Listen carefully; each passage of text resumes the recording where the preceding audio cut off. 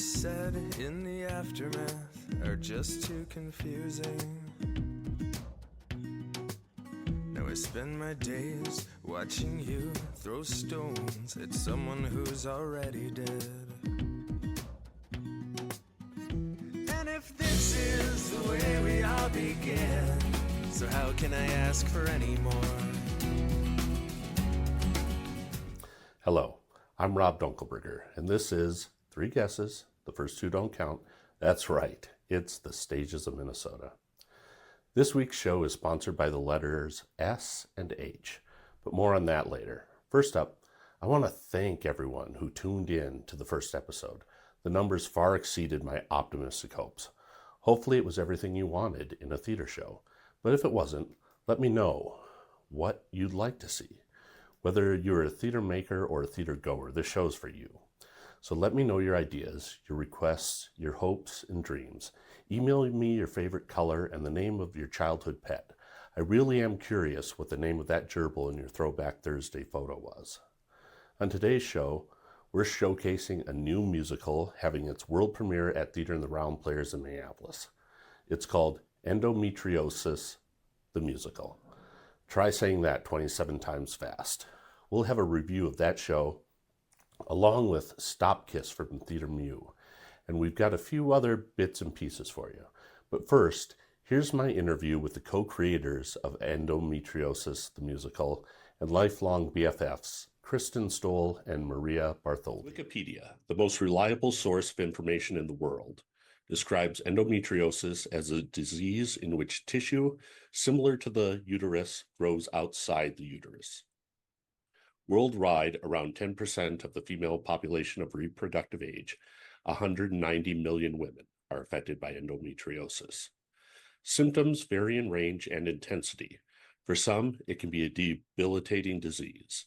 Common symptoms include pelvic pain, heavy and painful periods, pain with bowel movements, painful urination, pain during sexual intercourse, and infertility.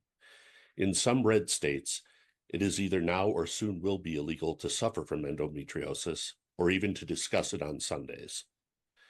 It can affect a person's social life and mental health. While there is no cure, several treatments may improve symptoms, including pain medication, hormonal treatments, and surgery. What, you may ask, has this to do with theater? Well, on today's show, I'll be talking with Kristen Stoll and Maria Bartholdi, the creators of Endometriosis, the musical, which is having its world premiere at Theater in the Round Players in Minneapolis from June 20th to July 13th. Kristen, Maria, thanks for coming on the show. Thank you for having us. Menstruation, endometriosis, and even menopause are topics that we as a society seem to speak of, if we do at all, in hushed tones. Is it your assertion that if we cannot talk about it, maybe we can sing about it? I love that. I mean, sometimes, it is easier to talk about something difficult when you're taking a new and novel approach to it, right? Because sometimes just the very idea of having a conversation about something hard makes it in and of itself difficult. But when you can add a little bit of a flair to it, we've found people are more likely to be adaptable to hearing your message, I think. Before we get too deep into the musical itself, tell us how you came to collaborate on it. Maria and I have known each other since the first grade. We grew up together. We've always done theater together. Maria is a great performer, and I am a musician and always have been more inclined to that than stage performing. We've collaborated on very amateur projects for years and years and years. And we had a garage band in high school. We've made up dances together. We have stop-go motion videos we made in elementary school with our little figurines. Specifically, I remember filming the opening to Fiddler on the Roof with Maria's Oh, I love that. With the little Playmobil characters. Yes. Oh my gosh, I totally forgot about that With one. all of them with their arms up yelling tradition. Yes. So we've worked together creatively our whole lives. But after high school, we went our separate paths and we've always stayed in touch, always been close friends, but never worked together. And finally, a handful of years ago, I was looking for a new project. I was itching to write something. We were in for the first time since we had been high schoolers living in the same town. I thought we should collaborate on something. And it's kind of funny how obvious it was that like we could have been doing this for years. We both Yeah. still work in entertainment. I work in theater as a music director. Maria does so much comedy performing. So it just made sense to work together. Yeah, I remember the day that Kristen pitched me on the idea. We were thinking about the Fringe Festival here in Minnesota because it's such a wonderful festival. And there, I had been wanting to be a part of it for a long time. I'd performed with improv groups in it, but never done anything scripted. And so that's where the idea with this piece started was let's try to write something for the Fringe and see what happens. So this began life as a Minnesota Fringe Festival show in 2022. I saw that production and awarded it the Stages of Minnesota Fringe of the Day Award. Were you aware you won that award? We're extremely Yes. aware that we won that Okay. award. Thank you very much. Were you disappointed it didn't come with a cash prize? Well, I now that you thought mention maybe there was still a chance.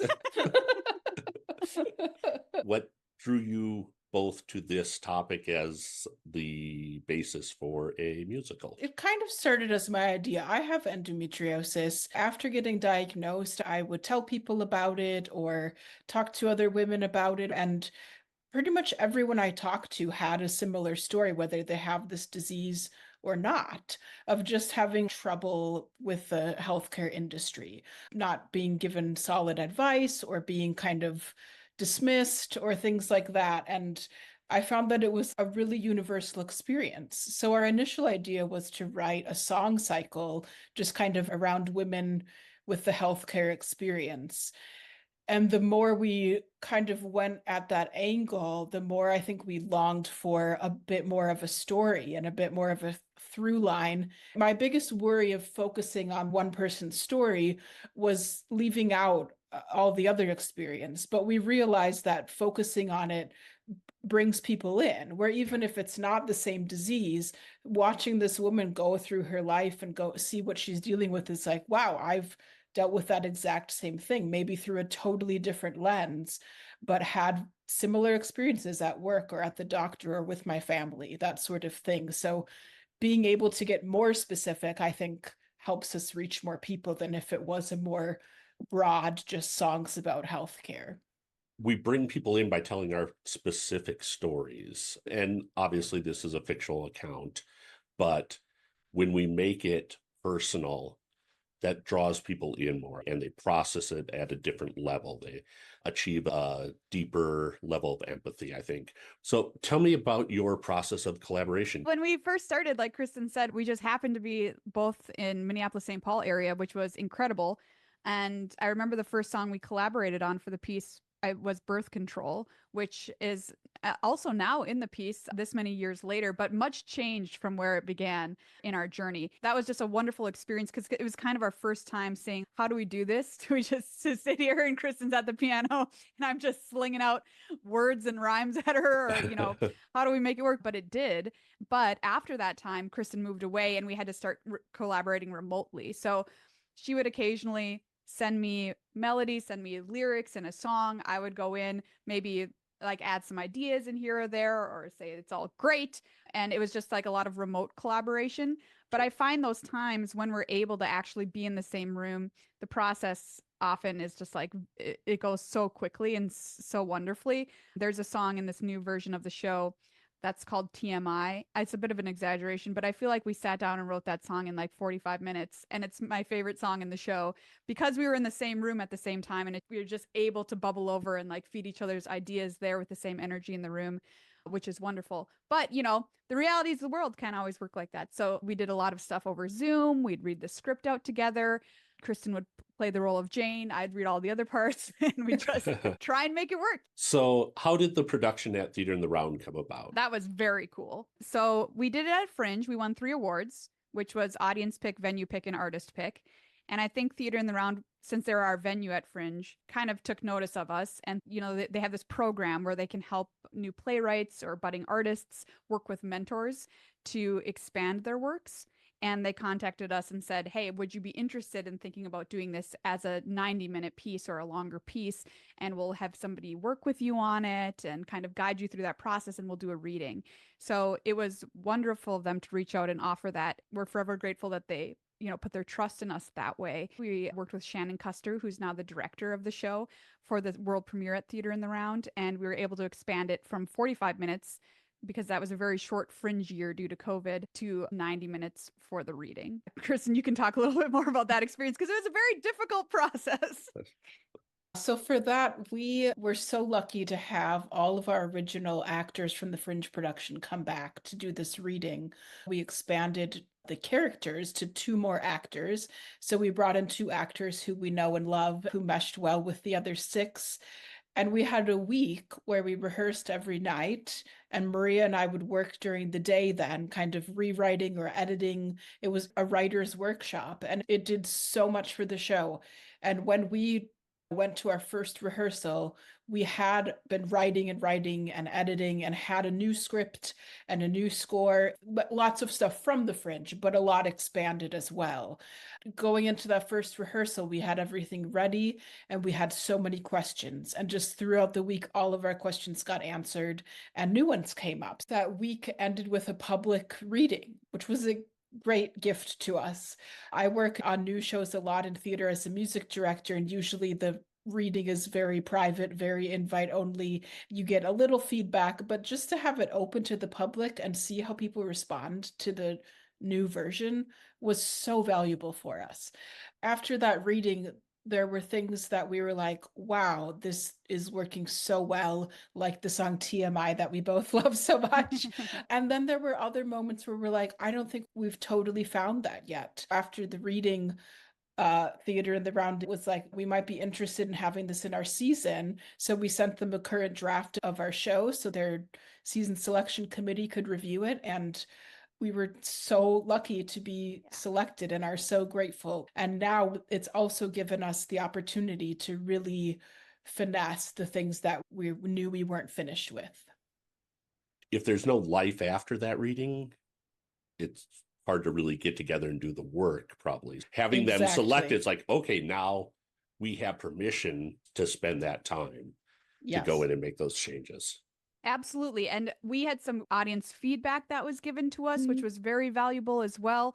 It was just wonderful to have that light at the end of the tunnel of like, oh, maybe this is something that could actually be produced and stand as a work on its own in a theater season. That really lit a fire under Kristen and I to get the ending right. The ending has changed 3 times to make sure like that everything is coming across the way that we want it to come across. Some characters, the audience didn't like them a little too much. Some characters you're not supposed to like, but not quite that much. And we had to change character archetype and their song and all that kind of stuff. It's the pride of my life to have this show appearing in a theater season, and we couldn't be happier. Well, it was clear after the Fringe show that this was material that would support a longer full production. I certainly felt that way. Now, in the Fringe run, Maria, you directed it. Now it's being directed by Shannon Custer. Why the change? Did you want that other perspective, or she did such a great job at the reading that seemed like the route to go? And what do you think Shannon brought to the production? I had never directed a show per se before we directed this Fringe version, but my mother was a director in high school, so I watched her do it many years. Both Kristen and I had a pretty strong vision of what we wanted this show to look like. It was really one of the most rewarding things that I ever did was direct this show, but it's also one of the most exhausting things you can do as a human being. And my work schedule is kind of crazy. Like sometimes I'm flying out of the country to do shows. I don't have a lot of free time. So I'll just put that down as reason number 1. But reason number 2 was, Kristen talked to me about the importance of saying, hey, we've made this thing.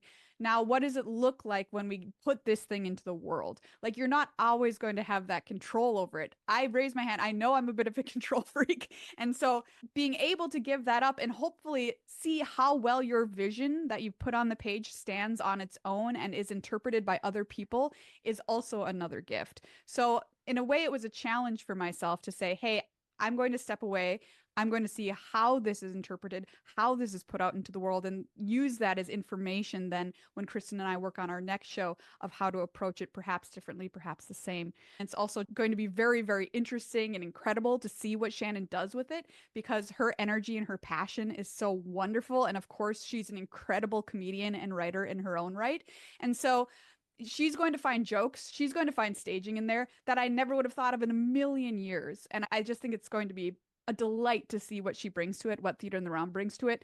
I could have done it and it would have been what I thought, but isn't it kind of more interesting in a way to see how somebody else puts it out into the world? Agree with all of that and add that in the reading, Maria and I were so honed in on the writing and the script and the score that Shannon came in with so many great ideas that we actually never got to because we were so focused on, okay, let's rework this and rework that. So we knew she had a lot of really fantastic ideas that she was going to bring to this production. When people write and direct, particularly a stage show, they're a little too close. They don't see the possibilities. They're outside of what their initial vision was. Who brought Shannon to the project? I believe it was Theater in the Round who suggested Shannon. And I knew Shannon a little bit through just the Minneapolis comedy scene, but I had known a million people who had worked with her and loved her. So when they said Shannon, I was like, yes, absolutely. That's the person. So give us a quick rundown of what Endometriosis, the musical, is all about. Endometriosis, the musical, follows Jane from kind of the first time she goes to the doctor for her symptoms to finally understanding what the problem is and how that ripples throughout her life. We also see her a lot at work and how this disease is affecting her professional life and her ambitions there. What I call stupid comedy, but maybe like absurdist or surreal comedy. That's better. the fancy word for it. I think kind of what you were saying earlier, how do we bring this to the stage and why do we bring it to the stage? And that makes it easier to talk about. I think the comedy in it also makes it easier to relate to and digest. It's funny. And we're saying, like this is all like really honestly awful things that Jane is going through, but being able to see it through a lighthearted lens with all this absurdist comedy and very silly things going on, I think makes it feel okay. And it feels okay that like, yeah, this has happened to me too. It's something to relate to and connect with rather than something to be devastated by, even though it can be devastating.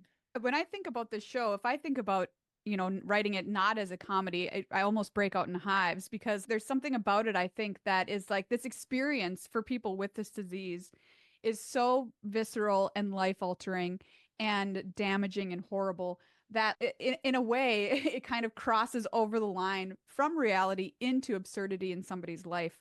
And I think that presenting it in this absurdist fashion kind of helps reflect that reality of the people living with the disease in a way that people in the audience can relate to. I mean, I want people to come to the theater and have a great time, right? That's generally why we go out, at least a large portion of it. And if you're going to take your medicine, I'm going to put that in quotes, by learning about something, well, it helps to go down, I think, with some laughs on the way. Is there anything aside from endometriosis that you want to plug before we go? Well, yeah, I've got another show coming up in this year's Fringe Festival. So my improv group, The Bearded Company, is going to be putting on a show called Neon City Dice of Destiny, which is an improvised 1980s action movie where we roll die and play an RPG style, kind of like Dungeons and Dragons style 80s action movie. So that's going to be very fun coming up in the Fringe this summer. So check that out. What about podcasts? Okay, well, yes, I am a podcaster. It's true.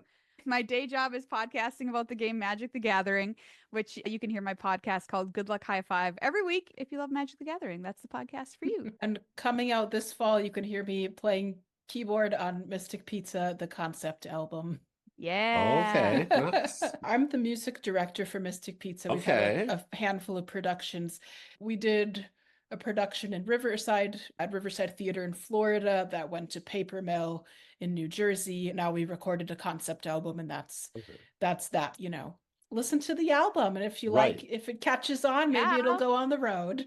Sure. I would assume that musical can now be licensed to be performed. Exactly, so right. Maybe Minneapolis Musical Theater, that company, they do rare and underseen musicals, they would probably be a perfect group for that. So Yeah, maybe I'll it's try a and put great that show. in their ear.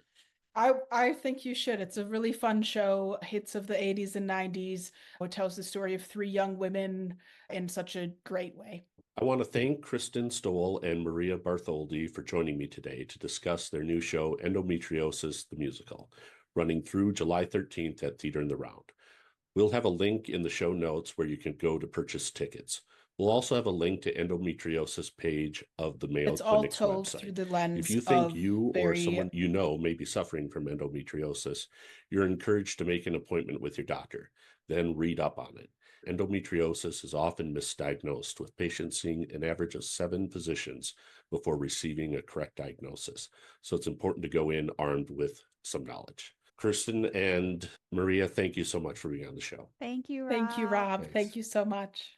I was there for opening night of Endometriosis, the musical, along with many of my fellow Twin Cities theater bloggers. And much to their dismay, I brought along a microphone. This is the littlest Twin Cities theater blogger, Althea. Althea, what's the name of your blog? Beyond the Curtains, MN. And how are you finding being a theater blogger? It's been really great. The community of theater bloggers are super awesome and they know so much about Twin Cities theater. So asking them questions and hearing things from them has just been so much fun. Oh, you're going to make us blush. Are you excited for this show? I am. Yeah, I didn't see it at Fringe. Yeah, I'm very excited for this show. I think it's right up my alley. This is Jill Schaefer of Cherry and Spoon. Jill, this is your +1, Althea. You. Welcome to the Theater Bloggers. Thank you. Yeah, it's great to have you. It's great to have a young voice. You saw it first, the meeting of the bloggers. So I'm here with a couple of more Twin Cities theater bloggers. This is Carol Jackson, Hello. and this is Julie Jackson, Hello. and they write. Minnesota Theater. Yes, we do. Are we excited for the world premiere of Endometriosis, the musical? We are excited to be leaving the house. And we're excited to see the show. We heard great things at the Fringe, and we missed it, so we're excited to be able to see it now. All right, it is a virtual who's who of Twin Cities theater bloggers here tonight at Endometriosis, the musical world premiere. This is Erica Scarlett of Lettered in Theater. Erica, are you excited? I am super excited about this one. Did you see it at the Fringe? I did. Loved it? I did, yep. So I'm excited to see the full version. Yeah. Okay, I'm here with Shannon Custer, who's directing Endometriosis, the musical, which is having its world premiere tonight. So I think what I brought to it is, oh my gosh, I understood the spirit of it. And so I really hope that that's what carries over, because my experience with it was just that energy. So that's what I'm hoping for. Well, I talked to Maria and Kristen a couple of weeks ago, and they said that with the table read version, that you brought so many ideas to it that they didn't even have time to cover all of them. Oh gosh, yeah. So they were really happy with what you did with that version and are really excited for this. We did have fun with that. We talked a lot, and that was a really fun experience. Yeah. I'm here with Kristen Stoll, who is the co-creator of Endometriosis, the musical, which had its world premiere tonight.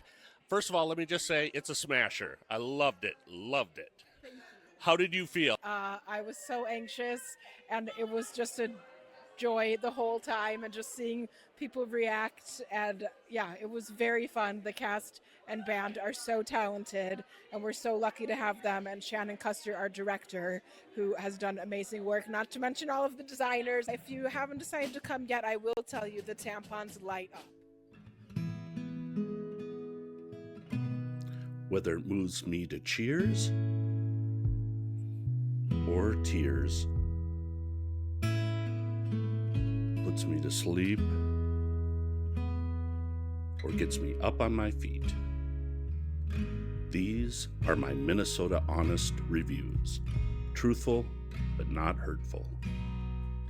The symptoms are uncontrollable laughter, outrageous characters, hilariously hummable songs. The diagnosis is endometriosis, the musical. It's the most fun you'll have in stirrups, and it is the Stages of Minnesota pick of the weekend. This original musical is simultaneously drop-dead funny and deadly serious. Not dramatically, but thematically. It brings into the spotlight a painful and sometimes debilitating disease that affects 10% of all menstruating humans. It dares to sing about the things that too many people are afraid to even whisper. It is a labor of love from two lifelong friends, Maria Bartholdi and Kristen Stoll, which began life as a 2022 Minnesota Fringe show.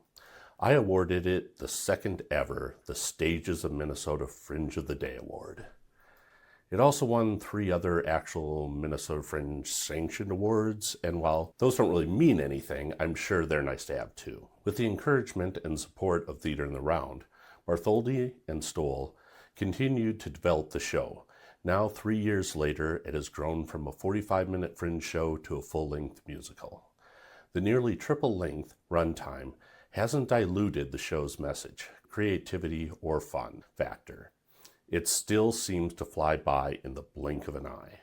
The expansion has allowed it to touch on other areas of women's healthcare, sharing some statistics that would be sobering if we weren't already drunk with the potent cocktail of musical theater absurdity with which this show overflows. Jane, played by the original cast member Abby Holstrom, loves business and has dreams of working on her employer, Business Incorporated's big account.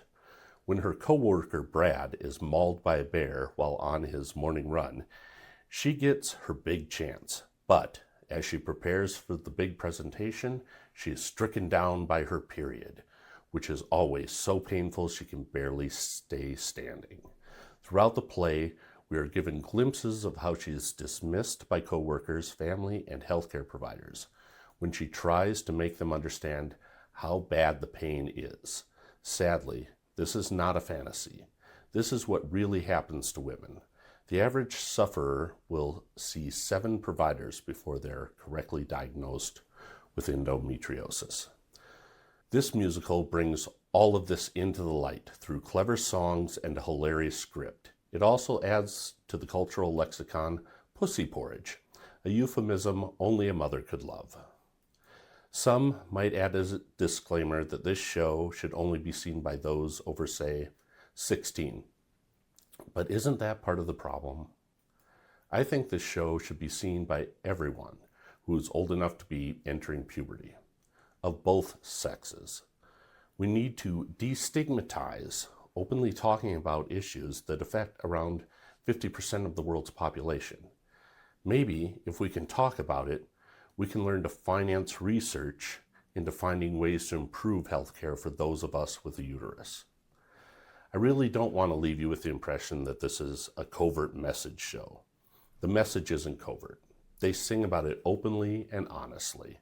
And while sure, you might learn a thing or two, you'll be having too much fun to even realize it, so don't worry about it. The show is directed by one of the Stages of Minnesota favorites, Shannon Custer. Custer is a perfect fit for this. Her comedic sensibilities align perfectly with the material. With clever and knowing winks to the audience, she invites us all to let go of the theatrical distance and embrace the silliness. The cast, led by Holstrom, is stellar, including a couple of folks on my must-see list, Tara Borman and Nora Sonborn. Everyone's performances perfectly capture the over-the-top tone of the play, and that also includes the talent behind the scenes. Sadie Ward's set design includes giant tampons hanging from the ceiling that light up. Ryan McKenna's costumes are spectacular, including an Elvis-like suit with a cape adorned with a uterus. It's hard to know sometimes which items are set design, costume, or props, but I'm going to give a shout out to prop designer Mark Steffer as well, because I know some of the stuff that had me almost rolling on the floor laughing must have been his. All of it enhanced by some really nice sound and lighting cues from sound designer Kristen Smith and lighting designer Mark Webb. Last but not least, music director Gene Orbison Van Heel gets a lot out of the 3-piece ensemble. All I'm sure there's room for in the theaters in the round space. I'm not sure I've ever seen a musical at Theater in the Round before. It's surely not the first, but they must be few and far between. It's so great to see the city's oldest running community theater host the world premiere of such a fantastic new musical.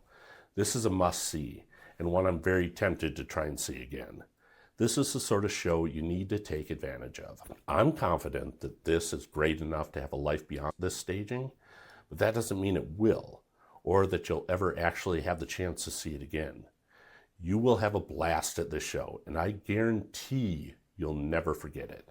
Imagine the stories you'll be able to tell about the musical you saw about endometriosis. Can anyone really afford not to have that story in their back pocket for a dull dinner party? Endometriosis, the musical, runs through July 13th at Theater in the Round Players in Minneapolis.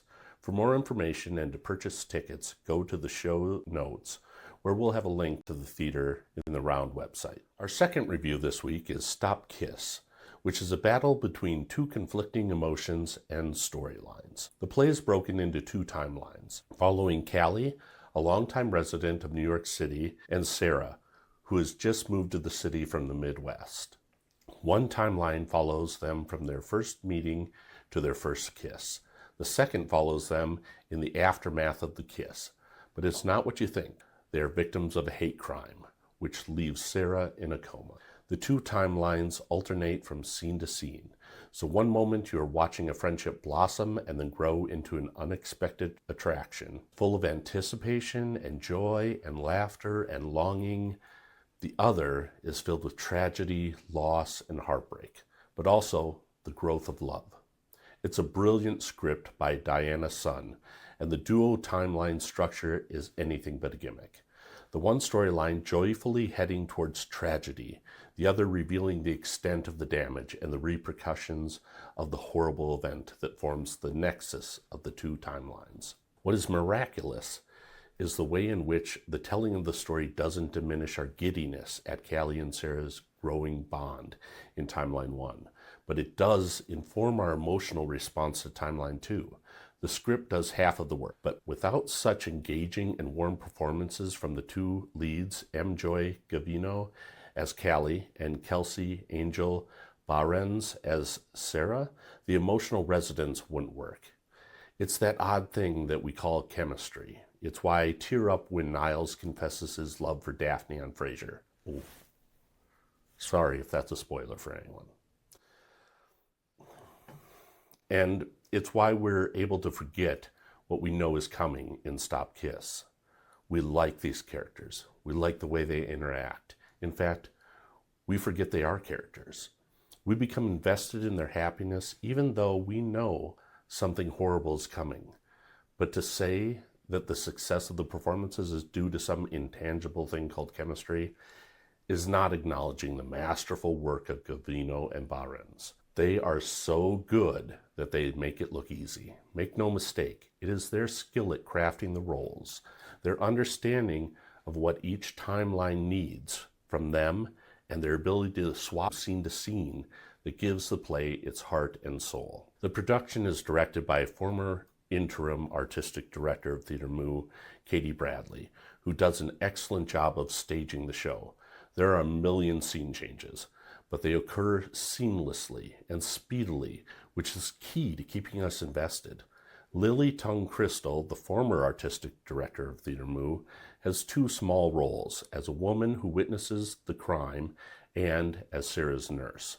One wonders as we watch Crystal wheel a hospital bed on and off stage between almost every scene, if Bradley isn't having a little fun putting her predecessor through her paces.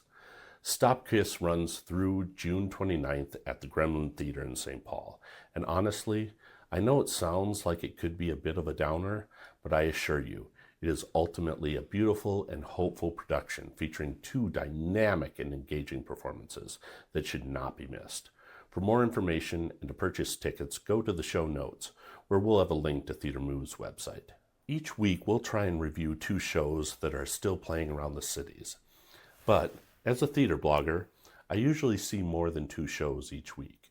You can read all of my reviews at thestagesofmn.com. One show, which I also saw last weekend, is by the most produced playwright in the country, Kate Hamill. It's called Miss Holmes and Miss Watson, Apartment 2B, and it's playing at the St. Croix Festival Theater in St. Croix Falls, Wisconsin, through July 6th. If you're a Sherlock Holmes fan, it's worth a trip up north to check out. We'll post a link to the theater in the show notes in case you are interested.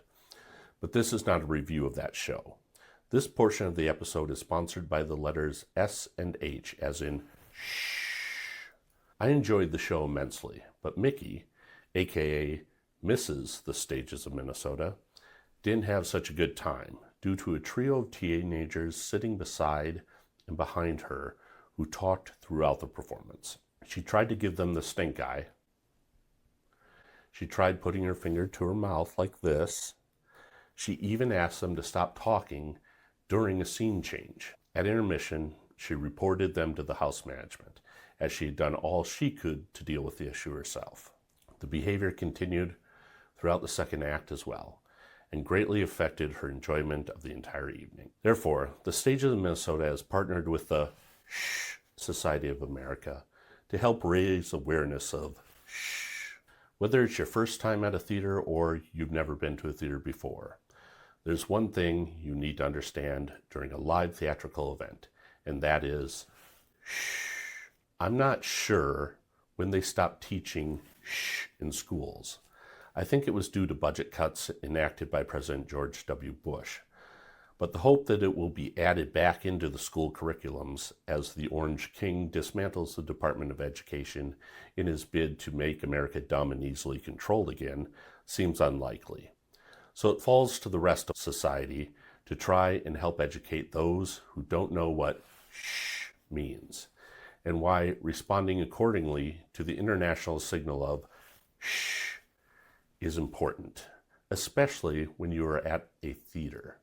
So, if you don't know what it means when you're sitting in the theater during a performance of Hamlet, discussing with your best friend the merits of taking a summer internship with your uncle's rock and gravel company, and someone turns to you and does this, shh, now you'll know what it means. It means, shut the up.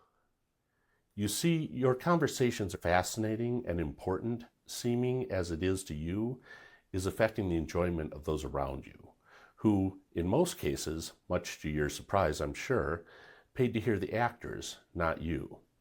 You may also be distracting the performers who can probably hear you as well. So, remember, if you see this shh, it means shut up.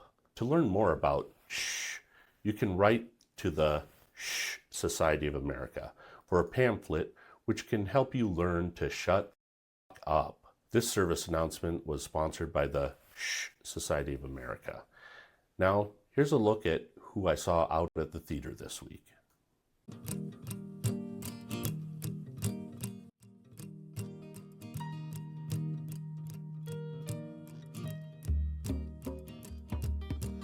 Do I really have to go? Hard pressed to find a reason to brave the cold. So warm inside your cabin, give me just another moment. Wrapped inside the blanket of your body, the blanket of your body. Time to hit the open road. Loving arms await me, their domain knows me alone. Never a single question, 35 years full of holiday cheer, and still no invitation for my +1. That's it for this episode. We'll be back next week with more theater fun. I want to thank Kristen Stoll and Maria Bartholdi again for coming on the show. I also want to thank my fellow Twin Cities theater bloggers who let me embarrass them at the opening night of Endometriosis, the musical, as well as the director of the show, Shannon Custer. Besides being a fantastic director, Shannon also performs live readings of old-time radio shows regularly with the Mysterious Old Radio Listening Society. You can see them next at Crooner's Supper Club on August 16th. We'll link to their page in the show notes. Remember, if you see me at a show, don't be shy. Say hi. Ask for a picture, and you may find yourself on the stages of Minnesota. If you have comments, questions, suggestions of topics you'd like to see covered, are interested in sponsoring an episode, or want to send me your favorite color and the name of your childhood pet, you can email me at robdunkelberger@thestagesofmn.com.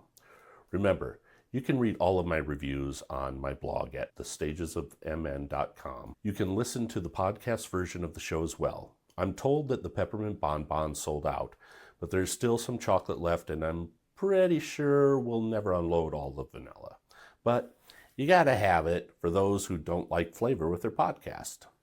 Just search for The Stages of MN wherever you enjoy podcasts. Thanks as always to Ryan Lee for the generous use of his music. Every note of his music used in the Stages of Minnesota show came from his albums, which you can find at ryanlee.bandcamp.com. If you enjoyed the show, please help spread the word. Don't forget to like, subscribe, share, and review the show. Subscriptions to the show are free. They make excellent and economical 4th of July presents. Until next week. Carol Jackson said at the world premiere of Endometriosis, the musical, go see a show. 'Cause it's all over but the shouting. Every soul needs light. My mind's been wasting away in the afternoon shade, out of sight.